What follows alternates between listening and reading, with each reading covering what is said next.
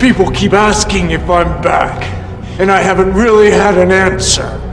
But now, yeah, I'm thinking I'm back! That's right, people, I'm finally back to reviewing movies. The reason why is mostly because there are some movies I want to talk about, but also because since I'm making bigger videos nowadays, I want to make some smaller videos so that way you guys have some content while I'm working on bigger projects. I also plan on making a review of John Wick Chapter 4 after my next video, which is also Mario related, but even so. Now, for this review, I will be talking about spoilers, so you have been warned. If you haven't seen the movie yet, click off this video, go see the movie, and come back and watch the video. But for those who have seen the movie, stay and enjoy the video. Also, just note, since not every single clip is available yet, I will be using gameplay videos in order to represent what I'm talking about. So, let's go. The plot is Bowser and his army invade the Penguin Kingdom, steal the superstar, and then we cut to Brooklyn where we're introduced to the Super Mario Brothers, Mario and Luigi, two Italian brothers starting their plumbing business. One night they go into the sewers and get sucked up into a warp pipe where Luigi is sent to Bowser's kingdom and is captured, whereas with Mario he is sent to the Mushroom Kingdom. From there he meets a red mushroom man named Toad and the princess of the Toads, Princess Peach. The three heroes go out on an adventure to stop Bowser from using the superstar to conquer the Mushroom Kingdom, as well as trying to force a marriage between him and Princess Peach, while also saving Luigi. The movie has a simple story, but I think it works. Simple stories can work well if executed correctly, and I think the Mario movie does a good job of that. Now, in regards to the pacing of the movie, I think the pacing is both a good thing, but a bad thing. The good news is that even though this is an hour-and-a-half long movie, I never felt bored from it. I saw this movie twice in theaters, and on both viewings, I never once felt bored. I was always excited and on the edge of my seat for what was going to happen. However, in terms of the bad stuff, I had so much fun watching this movie that I honestly wished it was a little bit longer. Like, there were some scenes I do wish got more time dedicated to it.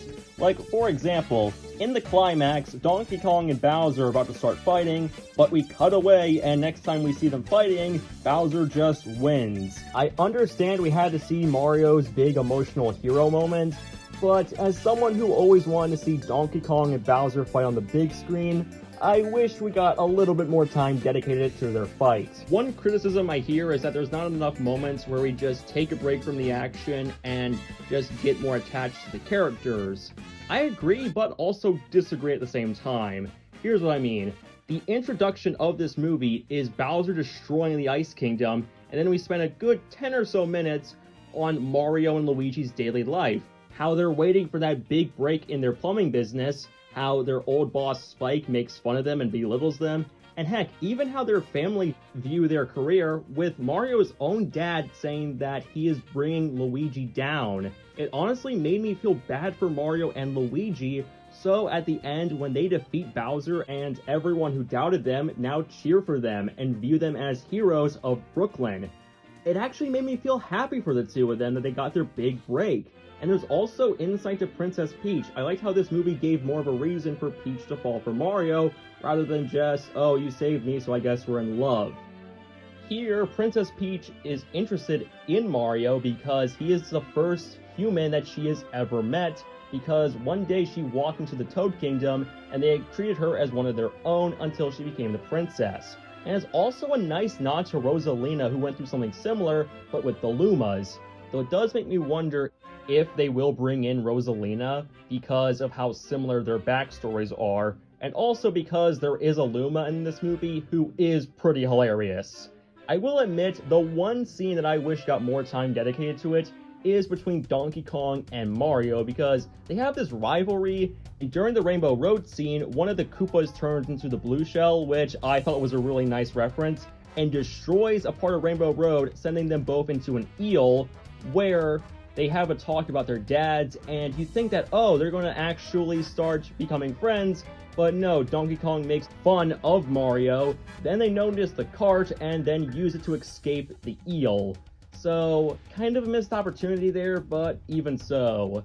Now, I will admit, there is one other thing.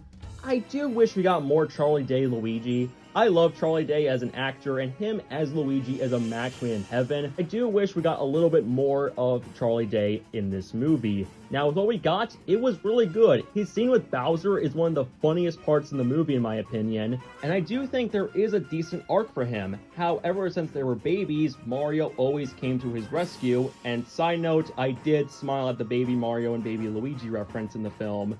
And throughout the movie, Luigi needed his help until the end, where he is able to finally stand up and save Mario to repay him back for all the times he needed his help. That is a good arc, but I do think if we got just a little bit more time, it could have been fully fleshed out. Admittedly, that was a weird thing to do with talking about my criticisms, but I still think it was a half good, half bad when it came to my cons with the film.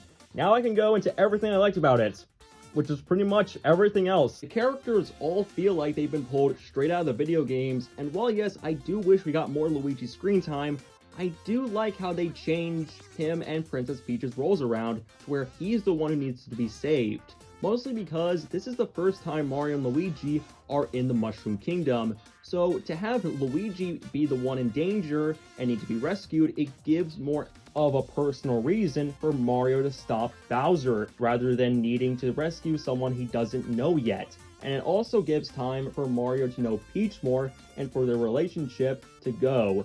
And I also liked Peach in this movie. She was very fun, and I also liked her interactions with Toad and Mario.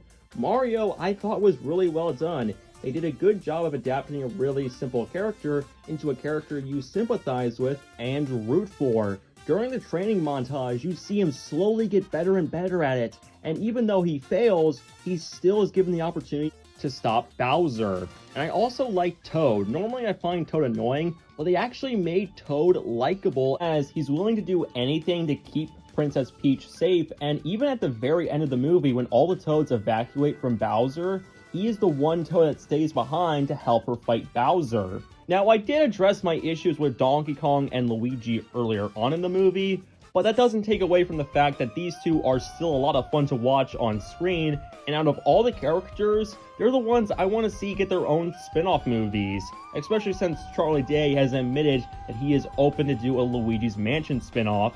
And for Donkey Kong, it'll be nice to see a movie about the Kong Kingdom, and who knows, maybe we might even see King K. Rool.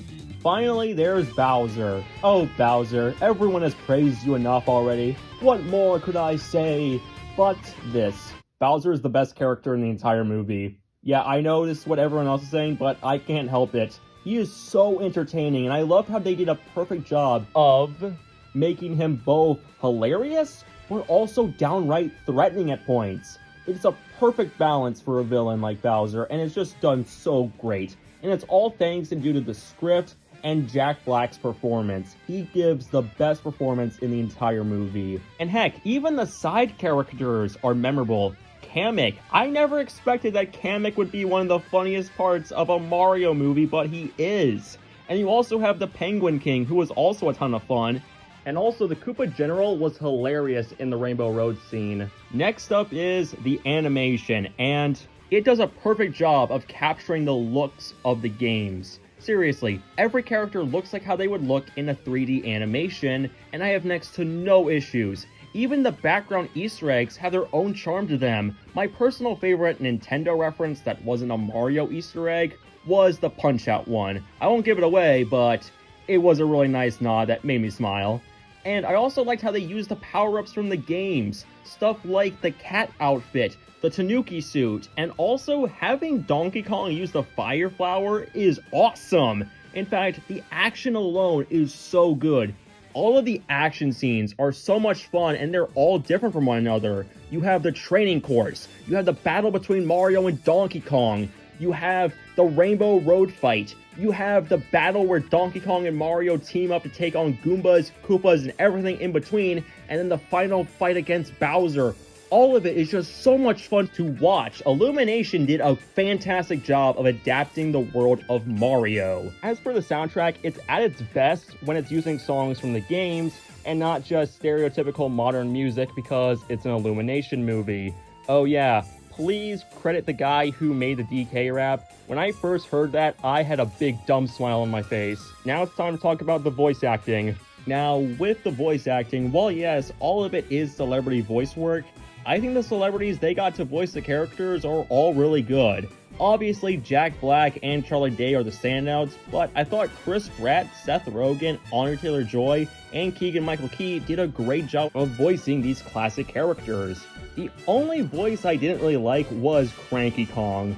I understand that he's supposed to be an old character, but I'm sorry, he just sounds like he's about to snot out something every time he talks. Then there's Charles Martinet, who does get a nice voice cameo as Jumpman and as Mario's dad. It felt like a nice passing of the torch, even though he will continue to voice Mario in the games. So that's the Super Mario Bros. Movie, and honestly, I'm impressed, Illumination. You actually made a movie that I loved, rather than making a movie that's really bad like The Grinch. So yeah, that's the Mario movie. If you haven't seen it, go check it out. I had so much fun with this film, and yeah, that's all I gotta say. So guys, make sure to like and subscribe for more videos, and see you guys next time. Bye.